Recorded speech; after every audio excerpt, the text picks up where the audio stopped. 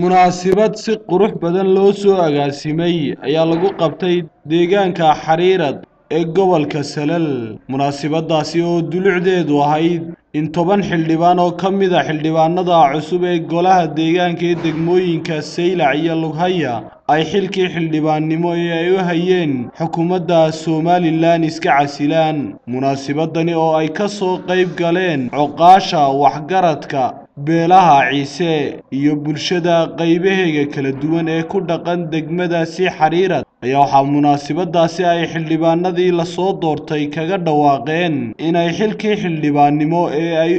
hayeen iska casileen, isla markaasina maanta laga bilaabo aanay ka mid ahayn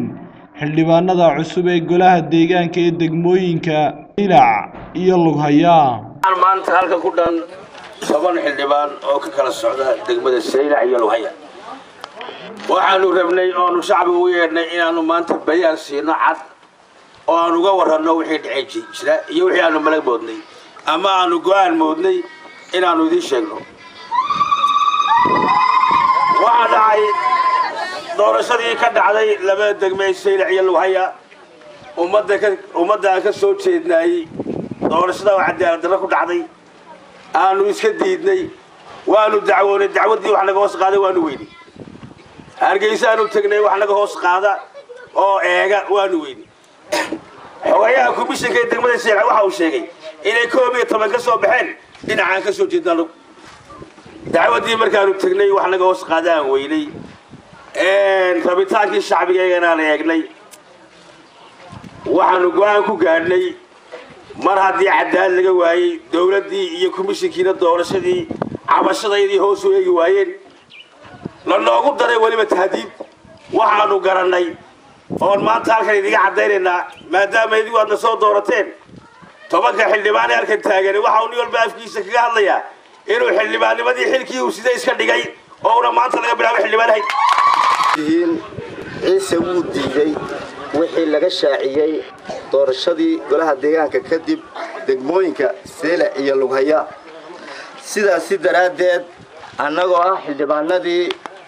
beesha Ciise ee gobolka Salal waxaan ku qanacnay go'aanka beeshayadu gaadhay. haddaba sidaas awgeed waxaan mar labaad mahadnaq u soo jeedinayaa bulshadii soo dooratay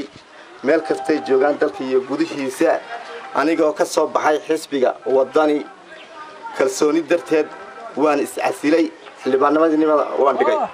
sidoo kale munaasabadaasi waxaa ka hadlay qaar ka mid ah madax dhaqameedka iyo waxgaradka beelaha Ciise kuwaasi oo sheegay inuu madaxweynaha Somaliland uu fulin waayay ballanqaadyo ay isku ogaayeen waxaanay halkaasi ka soo jeediyeen hadallo u badan duurxul. ملهم بولوية سيران يوم ملهم عيسى جابوتي كي وضعك انت وارس قوتك سيدادي همين مولوية وعانيني حصل ميلو جوغا رب بدن با جوغا يا غاشيه نكادي دنتاي ملهم با حاجه يسلويه داباني وعانيني طلبات هدي لا يراهو نيف با لو قلي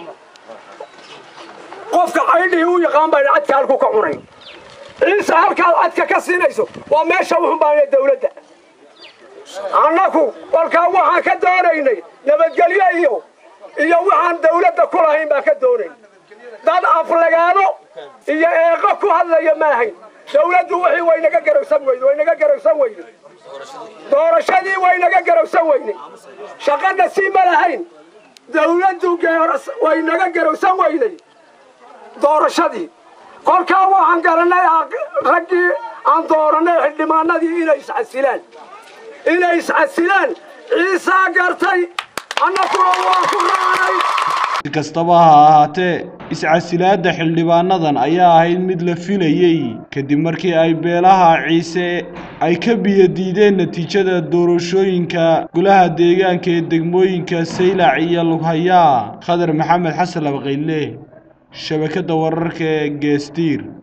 Boorama.